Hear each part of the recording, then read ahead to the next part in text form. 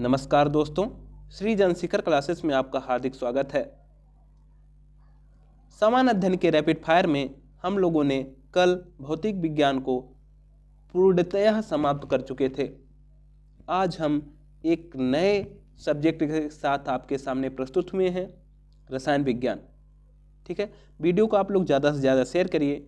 रसायन विज्ञान में आज हम पहला टॉपिक स्टार्ट करेंगे, अणु, परमाणु एवं उसकी संरचना। ठीक है, चलिए स्टार्ट करते हैं आज का अपना पहला क्वेश्चन। नाभिक के आकार की कोटि होती है। पूछ रहा है कि नाभिक के आकार की कोटि कितनी होती है, तो आप कहेंगे नाभिक के आकार की कोटि 1×10⁻15 मीटर होती है। कितना?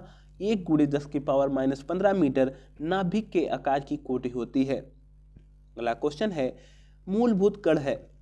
ठीक है, पूछ रहा है कि मूलभूत कण है, तो आप कहेंगे क्वार्क एक मूलभूत कण होता है। क्वार्क क्या है, तो आप कहेंगे एक मूलभूत कण है। अगला क्वेश्चन है, एक नाभिकीय गुण है। एक नाभिकीय गुण है, तो आप कहेंगे रेडियोधर्मिता एक नाभिकीय गुण होता है। रेडियोधर्मिता जो है एक नाभिकीय गुण है। अगला क्वेश्चन है, पदार्थ का लघुत्तम कण जिसमें मुक्त अस्तित्व की क्षमता हो वह कहलाता है। पदार्थ का लघुत्तम कण जिसमें मुक्त अस्तित्व की क्षमता होती है वे क्या कहलाते हैं, तो आप कहेंगे अणु कहलाते हैं। ठीक है, अणु एक लघुत्तम कण होता है जो मुक्त अस्तित्व क्षमता वाला होता है।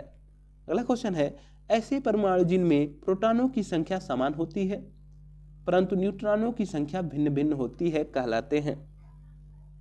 ऐसे परमाणु जिसमें आपको याद रखना है प्रोटॉनों की संख्या समान होने की बात कर रहा है। किसकी? प्रोटॉनों की संख्या समान तथा न्यूट्रॉनों की संख्या भिन्न भिन्न होती है, वह क्या कहलाते हैं, तो आप कहेंगे समस्थानिक, आइसोटोप्स।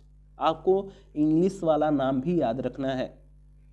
कभी कभी एग्जाम में सिर्फ आइसोटोप्स लिखता है। आइसोटोप्स में क्या होता है, तो आप कहेंगे प्रोटॉनों की संख्या समान होती है और न्यूट्रॉनों की संख्या भिन्न भिन्न होती है। अगला क्वेश्चन है, किसी एक तत्व की परमाणु जिसका परमाणु भार भिन्न भिन्न होता है परंतु परमाणु क्रमांक समान होते हैं वह क्या कहलाते हैं, तो आप कहेंगे, वही क्वेश्चन थोड़ा टेढ़ा करके पूछ रहा है। इसका भी क्वेश्चन का उत्तर हमारा समस्थानिक ही होगा क्योंकि इसमें भी परमाणु क्रमांक समान होने की बात कर रहा है। ठीक है, परमाणु क्रमांक प्रोटॉनों की संख्या के बराबर होता है, इसलिए जिसमें परमाणु क्रमांक समान हो या प्रोटॉनों की संख्या समान हो, बात एक ही है, वह समस्थानिक अर्थात आइसोटोप्स कहलाएगा। चलिए अगला क्वेश्चन देखते हैं। एक अणुपरमाणविक कण नहीं है। पूछ रहा है कि इसमें से कौन एक अणुपरमाणविक कण नहीं है, तो आप कहेंगे ड्यूट्रॉन। ठीक है, ड्यूट्रॉन एक अणुपरमाणविक कण नहीं है। अगला क्वेश्चन है, परमाणु के नाभिक में होते हैं। ठीक है, परमाणु के नाभिक में क्या पाए जाते हैं, तो आप कहेंगे प्रोटॉन और न्यूट्रॉन। ठीक है, प्रोटॉन और न्यूट्रॉन हमारे परमाणु के नाभिक में पाए जाते हैं और इलेक्ट्रॉन हमारे नाभिक के चारों ओर, ठीक है, कक्षा नाभिक के चारों ओर क्या करता है, मुक्त इलेक्ट्रॉन चक्कर लगाते रहते हैं। अगला क्वेश्चन है, सबसे भारी प्राकृतिक तत्व कौन है। ठीक है, कह रहा है सबसे भारी प्राकृतिक तत्व कौन है, तो आप कहेंगे यूरेनियम। ठीक है, यूरेनियम एक प्राकृतिक तत्व है जो सबसे भारी है। ठीक है, अगला क्वेश्चन है, न्यूट्रॉन का आविष्कार किया गया था। ठीक है, आपको बताना है कि न्यूट्रॉन का आविष्कार किसने किया, तो आप कहेंगे कि चैडविक। ठीक है, अब आप बताएंगे इलेक्ट्रॉन की किसने खोज की, तो आप कहेंगे जे थॉम्सन ने इलेक्ट्रॉन की खोज की थी। अगला क्वेश्चन है, प्रतिकण युग्म है। आप कहेंगे प्रतिकण युग्म कौन होते हैं, तो आप कहेंगे इलेक्ट्रॉन जो है पॉजिट्रॉन का एक प्रतिकण है। ठीक है, इलेक्ट्रॉन पॉजिट्रॉन का क्या है, प्रतिकण युग्म है। आपसे यह भी क्वेश्चन पूछेगा इलेक्ट्रॉन का प्रतिकण युग्म कौन होता है, तो आप कहेंगे इलेक्ट्रॉन का प्रतिकण कण हमारा पॉजिट्रॉन होता है। ठीक है, इसी में हमारा दूसरा अध्याय है रासायनिक एवं भौतिक परिवर्तन। ठीक है, बहुत ही छोटा अध्याय है, रासायनिक एवं भौतिक परिवर्तन। चलिए स्टार्ट करेंगे। इसमें हमारा पहला क्वेश्चन होगा, खीरे को काटकर यदि नमक डाल दिया जाता है तो इसके किसके कारण पानी निकलता है। आपने देखा ही होगा कि अगर आप एक प्लेट में खीरा काटकर जब उसमें नमक डाल देते हैं तो उसमें से देखते हैं कि प्लेट में पानी आने लगता है। ठीक है, वो कैसे आता है? तो आप कहेंगे खीरे काट कर नमक डालने के बाद जो उसमें पानी आता है उसका कारण होता है परासरण होता है। क्या है? परासरण के कारण खीरे को काट कर जब नमक डाल देते हैं तो उसमें पानी निकलने लगता है, शुष्क बर्फ कहलाते हैं। अगला क्वेश्चन है कि शुष्क बर्फ कहलाते हैं, तो आप कहेंगे ठोस कार्बन डाइऑक्साइड क्या कहलाते हैं? तो आप कहेंगे ठोस कार्बन डाइऑक्साइड हमारे शुष्क बर्फ कहलाते हैं। पृथ्वी पर प्राकृतिक रूप से पाए जाने वाला सबसे कठोर पदार्थ क्या है? पृथ्वी पर प्राकृतिक रूप से पाए जाने वाला सबसे कठोर पदार्थ, तो आप कहेंगे हीरा। हीरा एक ऐसा प्राकृतिक पदार्थ है जो पृथ्वी पर पाए जाने वाला सबसे कठोर पदार्थ है। पानी का घनत्व अधिकतम कितना होता है? तो आप कहेंगे पानी का अधिकतम घनत्व हमारे किस डिग्री पे होता है, किस तापमान पे? तो आप कहेंगे 4 डिग्री सेल्सियस पर पानी का घनत्व अधिकतम होता है। अगला क्वेश्चन है जब पानी में साधारण नमक मिलाया जाता है तो पानी के क्वथनांक बिंदु और हिमांक बिंदु पर क्या प्रभाव पड़ता है? जब हम पानी में साधारण नमक मिलाते हैं तो पानी के क्वथनांक बिंदु और हिमांक बिंदु पर क्या प्रभाव पड़ेगा? तो आप कहेंगे यह क्वथनांक जो होता है यह बढ़ने लगता है और हिमांक क्या हो जाएगा? तो घटेगा। याद रखना है कि एक जल में जब एक गिलास या एक लोटे या थर्मस में जब हम पानी रख के उसमें हम नमक डालते हैं तो क्या होता है? उसका क्वथनांक बढ़ जाता है। ठीक है, जल का क्वथनांक बढ़ जाता है और हिमांक क्या होता है? तो आप कहेंगे घट जाता है। जंग लगने से लोहे का भार क्या होता है? ठीक है, जंग लगने से लोहे का भार क्या होता है? तो आप कहेंगे जंग लगने से लोहे का भार क्या होता है? बढ़ जाता है। ठीक है, क्या होगा? जंग लगने से लोहे का भार क्या होता है? तो आप कहेंगे बढ़ जाता है। अब हम इनऑर्गेनिक केमिस्ट्री से प्रश्न देखेंगे, अकार्बनिक रसायन से। चलिए, अकार्बनिक रसायन में हम पहला क्वेश्चन देखेंगे, कांच का वह प्रकार जो परावैंगनिक किरणों को काटता है वह कौन होता है? तो आप कहेंगे कांच का वह प्रकार जो परावैंगनिक किरणों को काटता है वह हमारे क्रुक्स कांच होते हैं। क्रुक्स कांच जो होता है, कांच का एक ऐसा प्रकार होता है जो परावैंगनिक किरणों को काटता है। अगला क्वेश्चन है सफेद रोशनी में देखा गया साबुन का बुलबुला का रंग दिखता है। आप कहेंगे सफेद रोशनी में देखा गया साबुन का बुलबुला का रंग कैसा दिखता है, कि किसके कारण दिखता है, इसका घटना क्या है? ठीक है, तो आप कहेंगे सफेद रोशनी में देखा गया साबुन का बुलबुला का रंग व्यतिकरण के कारण हमें दिखता है।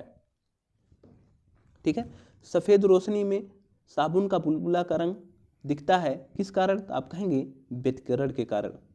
ठीक है, अगला क्वेश्चन है 1857 ईस्वी में बरेली में उत्तर प्रदेश की क्रांति का नेता कौन था? ठीक है, जो 1857 की क्रांति में 1857 में बरेली में उत्तर प्रदेश की क्रांति, याद रखना है आपको, सीधे ऐसे पूछा जाता है कि उत्तर प्रदेश की क्रांति का नेता 1857 में बरेली से कौन था? तो आप कहेंगे खान बहादुर खान जो है 1857 के समय बरेली से उत्तर प्रदेश क्रांति के नेता थे। अगला क्वेश्चन है जल में आसानी से घुलनशील है। ठीक है, जल में आसानी से घुलनशील कौन है? तो आप कहेंगे अमोनिया जो है वह जल में आसानी से घुल जाता है। अगला क्वेश्चन है किसी व्यक्ति का रक्तचाप 140 mHg है, तो इसमें Hg का क्या तात्पर्य है? ठीक है, तो अब रक्तचाप जो है 140 mHg है, तो इसमें Hg का अर्थ पूछा है, तो आपको पता है कि मरकरी या पारा जो है जिसका संकेत होता है Hg। अगला क्वेश्चन है बर्तनों को चमकीला बनाने के लिए, ठीक है, बर्तनों को चमकीला बनाने के लिए किसका प्रयोग किया जाता है? आप कहेंगे बर्तनों को चमकीला बनाने के लिए जिंक ऑक्साइड का प्रयोग किया जाता है। किसका? तो आप कहेंगे जिंक ऑक्साइड का। अगला क्वेश्चन है फोटोग्राफी में सोडियम थायोसल्फेट विलयन का प्रयोग होता है क्योंकि, पूछ रहा है कि फोटोग्राफी में, आपसे यह भी पूछ सकता है कि फोटोग्राफी में किसका प्रयोग होता है, किस विलयन का प्रयोग होता है? आप कहेंगे फोटोग्राफी में सोडियम थायोसल्फेट, जिसको हम कहते हैं Na2S2O3 Na2S2O3, यह सोडियम थायोसल्फेट का विलयन जिसका उपयोग फोटोग्राफी में होता है। यह इसका उपयोग क्यों होता है? ठीक है, सोडियम थायोसल्फेट का उपयोग फोटोग्राफी में क्यों किया जाता है? तो आप कहेंगे अनअवघटित AgBr को विलेय सिल्वर थायोसल्फेट संकुल के रूप में निकालने के लिए।